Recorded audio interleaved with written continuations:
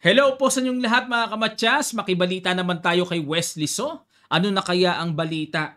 Nasaan na kaya si Wesley? Nitong mga nakaraang tournament sa malakihan, absent po siya, wala siya sa lineup. May mga nagsasabi, baka hindi raw naimbitahan ng organizers and sponsors. Meron naman nagsasabi, conflict sa schedule, busy daw. Ano kaya ang dahilan? Malalaman din natin yan sa mga hinaharap mga kamatyas. Pero ganun pa man, habang nagiintay tayo ng malakihang lalaruan ni Wesley, sa chess.com nakikipag-match naman siya sa mga Super Grandmasters. Kagaya nito against Super Grandmaster Hakobian ng Armenia. 7 games sila dito at pumili po ako ng best game na i-analyze natin na matututo tayo. Okay, sa end part po sabihin ko sa inyo ang kanilang naging score sa 7 games match. Ang ginawa ni Hakobian nag D4, D5 si Wesley, C4 at approaching Queen's Gambit, declined, E3 variation, nakakaiba, castle, pero kumakapture sa D5. Kasi yung ibang games nila, ganito rin ang nangyari. Kinakapture talaga ni Hakobian yan. Ang alam ko po sa kinakapture yan, lumalabas yung bishop. Next move. Pero dito, barado na nga eh. Kaya medyo nakakapanibago. Rook E8, nag-castle, Bishop D6. Ayan, para may pressure na rin sa H2. Queen C2, pressure sa H7, nag C6. Ayan, hindi naman kailangang i-move pa yan kasi nga depensado eh. H3, ayan ang novelty. Dahil dito, ang madalas na ginagawa po sa line ay Bishop D2.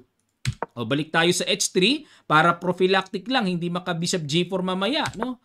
Knight BD7, Bishop D2, Queen E7, Rook A, E1. Ayan, puputok na ng E4 para makapagpaluwag dito si Hakobian, pero binarahan kagad ni Wesley. Yan ang good move dyan para hindi makapasabog sa gitna. Bishop C1 and nag-Knight DF6 para mas lalong tumibay at nag-Knight D2. Ayan, dito mag-F3 na talaga yan para mapaalis na yung Knight. Bishop C7, nag-F4. Ayun, nagbago isip. Ano? Kasi kung mag-F3 po, mukhang titirahan ni Wesley ng Queen D6 mga ganun-ganun. Kaya nag-F4 na, nag-decide na barahan na yung bishop na yan. At nag-bishop F5, nag-knight F3. Ayan. Teka muna mga kamatyas, ano? Ano mayroon kung mag-G4 dito? Ayun, nakwenta ni Wesley na dito siya ka-capture. Knight takes, B takes, bishop takes, and queen takes D3, at mag-H6. Ayan. So, slightly better for black. Bakit slightly better? Kasi po, medyo nararamdaman kong expose ang white king. Kasi yan ang pinaka-shield. Tapos, pinang-commit ng parang paatake na baka mabutas lang eh. Okay? Kaya slightly better ang black dito. At bad bishop pa yung nasa C1, no? Kasi barado ng kanyang sariling pawn. Factor din yan sa evaluation. O, balik tayo mga kamatyas. Kaya pala hindi nag-G4 at nag-Knight F3 lang dito si Hakobian, nag-H5, pinigilan na ni Wesley. Baka tamaan din siya eh. Knight E5 at nag-G6, kumapture na, capture, nag-B3, King G7, Bishop B2, capture, and nag-A5. Ayan, para ta-timing ng A4 basag, nag-F5 pero inunahan ni Hakobian ng pressure dito sa king side. Obligado mag-G5 syempre. At nag-Queen D1, pressure, nag-Rook G8, nagpaplano si Wesley aatake sa king side. Nag-A4, King H6, Queen F3, at nag-Knight E4, pasok, nag-G4. Ayan, pinigilan din kasi may paparating na mga ganyan-ganyan G4. So, pinigilan na ni Hakobian, nag-F6, pumasok ang Knight, Queen D6, nako, threatening matchas, Queen G2, para mapigilan, nag-Queen G3.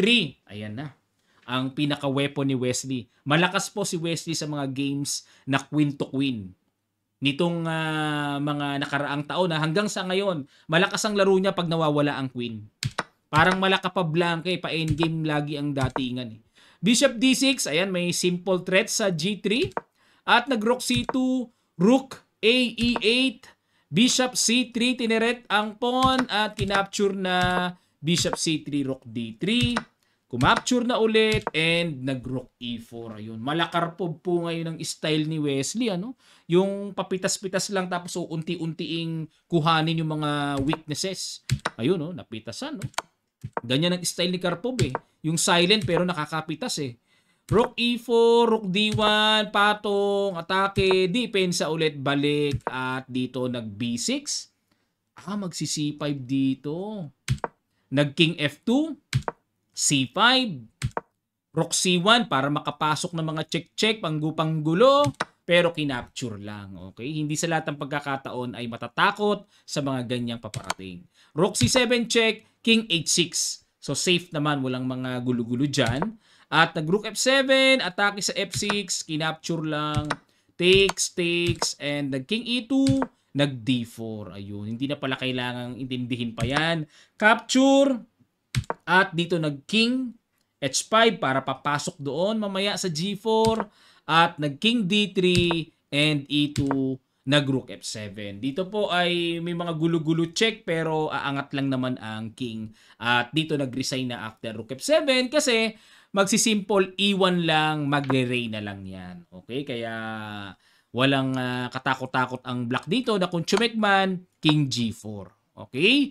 So, yan po ang simple approach ng Queen's Gambit decline. Nakita ko dito sa laro na ito na in-apply ni Wesley yung estilong Anatoly Karpov. Yung paunti-unti lang nakunat strategy pero hindi na mamalaya na makakapitas na pala ng isang pawn tapos babalik lang. Ayan, naalala ko si Karpov sa ganung estilo. No? At malakas po si Wesley sa mga laban ng nawawala ang Reyna. Hanggat maaari pag nagkaroon ng queen to queen, yun ang mas type niya. Kasi yung ilang games niya sa Berlin, 'di ba? Yung mga queen to queen variation, pero nananalo siya at may tabla. Yun nga lang, pagka na-exchange ang queen, talagang dikit sa tabla lagi pagka nagka-endgamean maagang nawawala queen Okay, ang score nila sa 7 games ay ano kaya? 5-2 lamang si Wesley. May talo siyang isa at dalawang tabla at 4 ang panalo ni Wesley. Okay po mga kamatyas, nakakapanabik na makita si Wesley na makasalang ulit. Medyo matagal-tagal na. Ang dami ng mga nagdaang tournaments na tinutukan natin. Hindi kasali si Wesley. At marami na rin po nagtatanong sa atin, Coach, nasan si Wesley? Ano update sa kanya ng mga Wesley So fans? Malalaman din natin yan sa hinaharap mga kamatyasa. Sa ngayon, hindi pa natin masasagot. So, abangers din tayo. Kahit ako po, isa rin ako sa fan ni Wesley na nag-aabang ng kanyang ilalaro sa mga hinaharap na tournaments.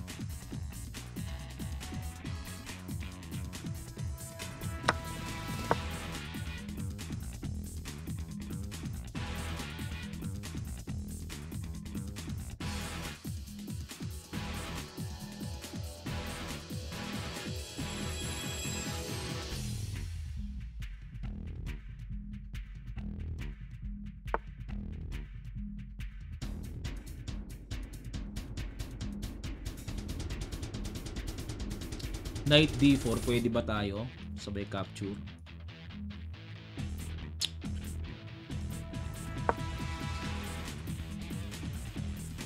Bishop E2 force. Kaso pag yan, capture ko to, check kain.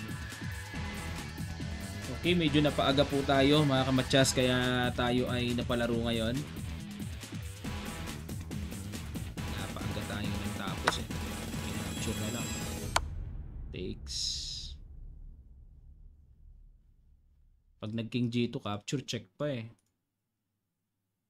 na simple tactic natin si Jeroma. Ayun po. So medyo napabilis yung laro natin. Maraming salamat po mga kamatyas. At sana po nag-enjoy kayo at natuto sa game na ito. At magkita-kita pa tayo sa mga susunod pang chess updates.